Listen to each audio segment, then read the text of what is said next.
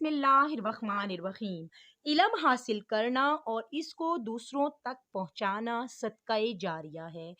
اس میں اپنا حصہ ڈالنے کے لیے اس ویڈیو کو لائک کریں، شیئر کریں اور چینل کو سبسکرائب کریں۔ آج ہم جس موضوع پہ بات کریں گے کہ قرآن پاک کی سب سے بڑی سورت، اس کا مرکزی مضمون کیا ہے کہ بنی اسرائیل پر کیے گئے انعامات کے مقابلے میں ان کی ناشکری جرائم جیسے بچڑے کی پوجا کرنا، ان کی سرکشی اور آنات کی وجہ سے حضرت موسیٰ سے طرح طرح کے مطالبات کرنا اور اللہ تعالیٰ کی آیتوں کو جھٹلانا، وعدوں کو توڑنا،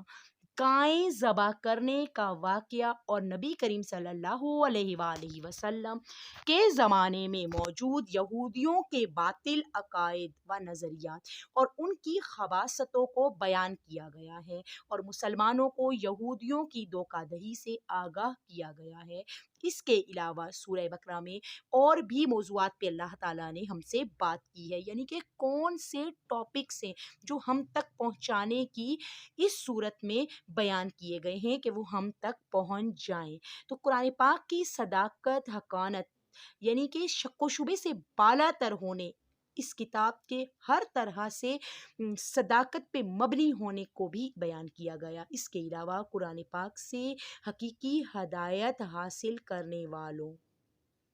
اور ان کے اوصاف کا بیان، ازلی کافروں کے ایمان سے محروم رہنے اور منافقوں کی بری خصلتوں کا ذکر ہے تاکہ ہم اپنے لیے مشعل راہ کن لوگوں کو رکھیں، یہ ہمیں بیان کیا گیا۔ اس کے علاوہ قرآن پاک میں شک کرنے والے کفار سے قرآن مجید کی صورت جیسی کوئی ایک صورت بنا کر لانے کا مطالبہ کیا گیا کہ ان کے اس چیز سے عاجز ہونے کو بھی اللہ تعالیٰ نے بیان کر دیا کہ وہ کوئی وقت نہیں رکھتے، وہ ایسا کر نہیں سکتے، ان کے لیے ایسا کرنا ممکن نہیں ہے۔ تو اس بات پر بھی ذرا ہم غور و فکر کریں۔ حضرت آدم علیہ السلام کی تخلیق کا واقعہ بھی اللہ تعالیٰ نے اس صورت میں تفصیل سے بیان کیا اور فرشتوں کے سامنے ان کی شان کو ظاہر کر کر ہمارے لیے کیا پیسے چھوڑا گیا ہے کہ انسان کو کتنی عظمت کے مقام پر رکھا گیا۔ اس کے علاوہ یہ صورت ہمیں کیا بتاتی ہے کہ خانہ کعبہ کی تعمیر اور حضرت ابراہیم علیہ السلام نے جو دعا کی اس کا ذکر بھی اس صورت میں ہمیں ملتا ہے، طریقہ کار پتہ چلتا ہے۔ اس کے علاوہ اس صورت میں نبی کریم صلی اللہ علیہ وآلہ وسلم کی پسند کی وجہ سے قبلے کی تبدیلی اور اس تبدیلی پر ہونے والے اعتراضات و جوابات کا بیان ہے۔ تو جس سے ہمیں کیا پتہ چلتا ہے کہ جب نبی صلی اللہ علیہ وآلہ وسلم کی خواہش تھی تو اللہ تعالیٰ نے اس کو قرآن مجید میں بیان فرما دیا۔ عبادات اور معاملات جیسے نماز قائم کرنا، زکوٰۃ ادا کرنا، رمضان کے روزے رکھنا، خانہ کعبہ کا حج کرنا، اللہ تعالیٰ کی راہ میں جہاد کرنا، دینی معاملات میں قمری مہینوں پر اعتماد کرنا، اللہ کی راہ میں مال خرچ کرنا، والدین اور رشتہ داروں کے ساتھ اچھا سلوک کرنا، یتیموں کے ساتھ معاملات کرنا، نکاح، طلاق، رضاعت، عدت، غرض یہ تمام معاملات ہم نے کس طرح کرنے ہیں۔ جب ہم اس سورت کی ہر آیت کو غور و فکر کے ساتھ سمجھنے کی کوشش کریں گے تو ہم ان تمام مسائل کو سمجھ جائیں گے۔ اسی طرح عورتوں کے ساتھ اعلیٰ کرنے،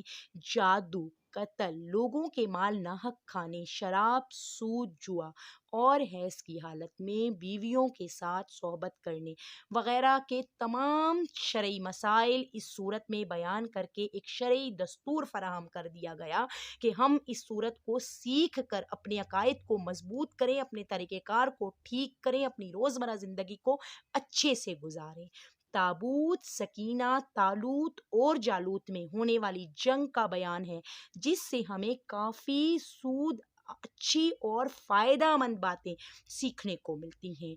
مردوں کو زندہ کرنے کے ثبوت پر حضرت عزیر کی وفات کا بھی واقعہ بیان کیا گیا جس کو تفصیل سے پڑھ کر ایمان کے پختہ ہونے میں کوئی شک و شبہ باقی نہیں رہ جاتا، کیونکہ ہر چیز کو انتہائی تفصیل سے اللہ تعالیٰ نے ہم تک پہنچا دیا اور ہم پر یہ ذمہ داری عائد کر دی کہ اس کو پڑھیں، سمجھیں، غور و فکر کریں اور اس مقصد تک پہنچیں جو اللہ تعالیٰ ہم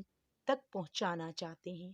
حضرت ابراہیم علیہ السلام کو 4 پرندوں کے ذریعے مردوں کو زندہ کرنے، اللہ تعالیٰ کی قدرت کا نظارہ کروانے کا واقعہ تک بیان کر دیا کہ آخر میں اللہ تعالیٰ کی بارگاہ میں رجوع کرنے، گناہوں سے توبہ کرنے